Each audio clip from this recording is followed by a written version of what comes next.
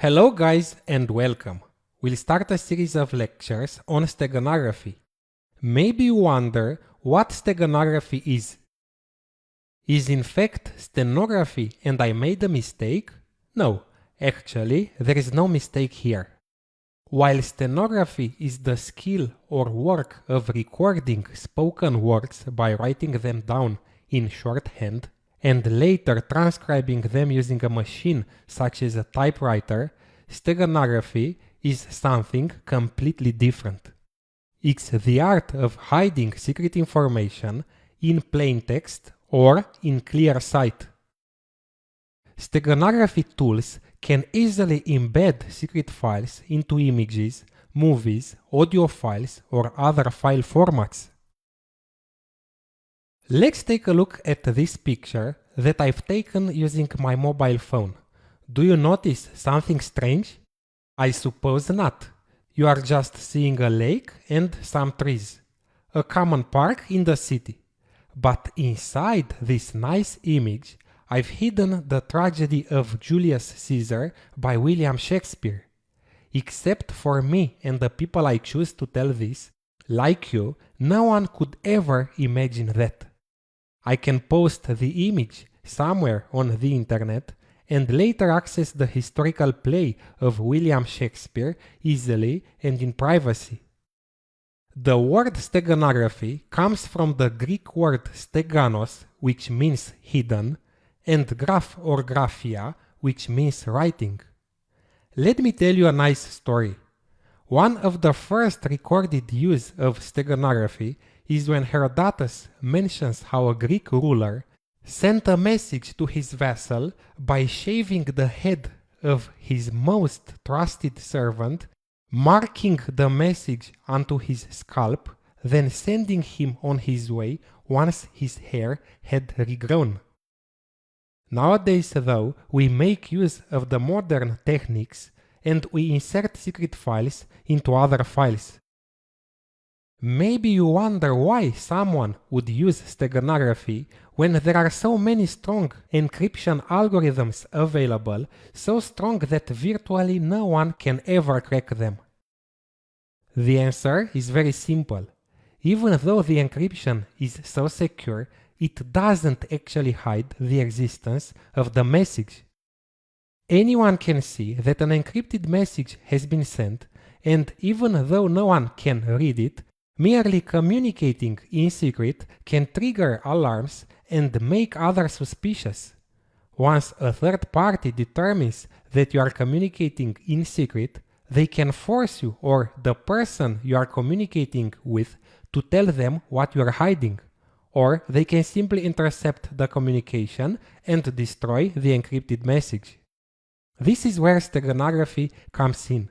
Unlike cryptography, the purpose of steganography is to hide even the mere existence of the message that is being sent. Let's see step by step how it really works. First, the secret file is encrypted. This is not mandatory, but is highly recommended, and many steganography tools do that automatically for you. The file that is hidden is called embedded file. Then, the information, encrypted or in clear text, is embedded into a cover file according to an algorithm. In most cases, this is an image, an audio or video file. The steganography algorithm decides how to hide data and how to randomize the placement of the data in such a way that the cover file remains visually the same. If someone is looking simultaneously at the original cover file and at the file that contains the embedded message, he would see no difference at all. The cover file that contains the secret message or the embedded file is called stego file.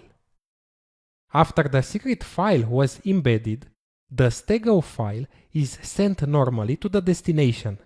If the stego file is an image, the user can post this and other images on a website, forum, or simply send them in clear text per email. If someone, such as an attacker, captures the traffic, he won't be suspicious because it's just an image. Eventually, the user thinks more images as a distraction. The steganography algorithm should be strong enough so that no one could tell the difference between the initial image and the one that contains the secret message. And even if somehow the attacker is strong enough to extract the embedded message, this will be encrypted anyway. Take a look at these two images, the original one and the one that contains the historical play of William Shakespeare. I'm sure you won't see any visual difference no matter how close you look and how much you zoom in.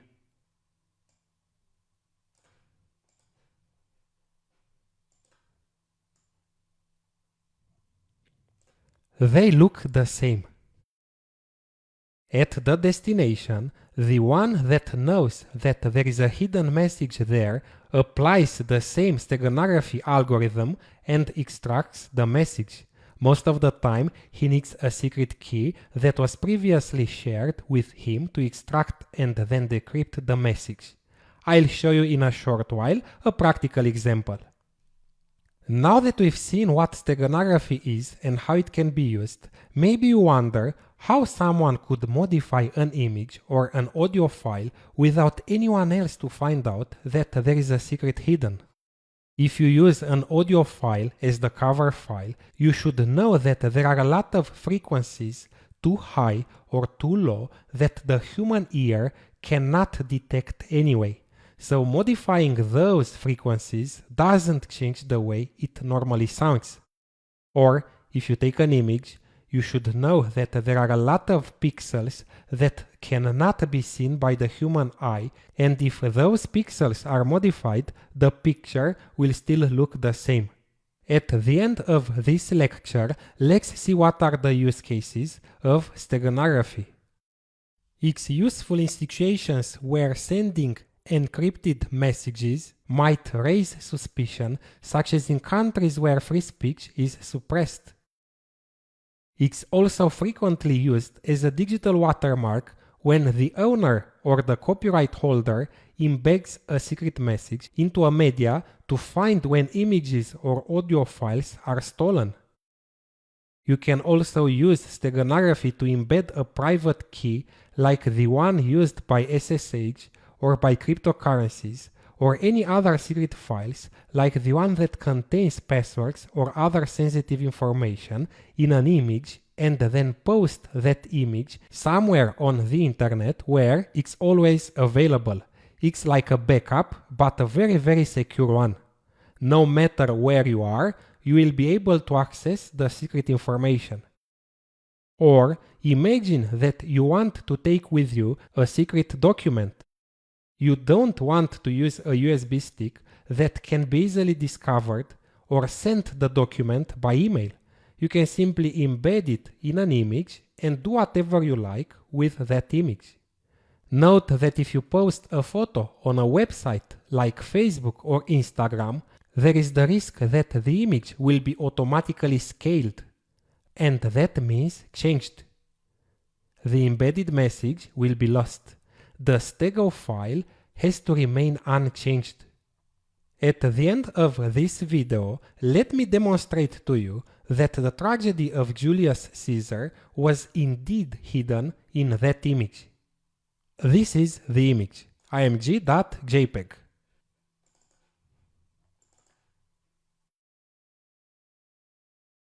It's the image you have already seen. I'll use a steganography tool called steghide like this. Steghide, extract, -sf from stego file and the image. And I'm entering the secret passphrase.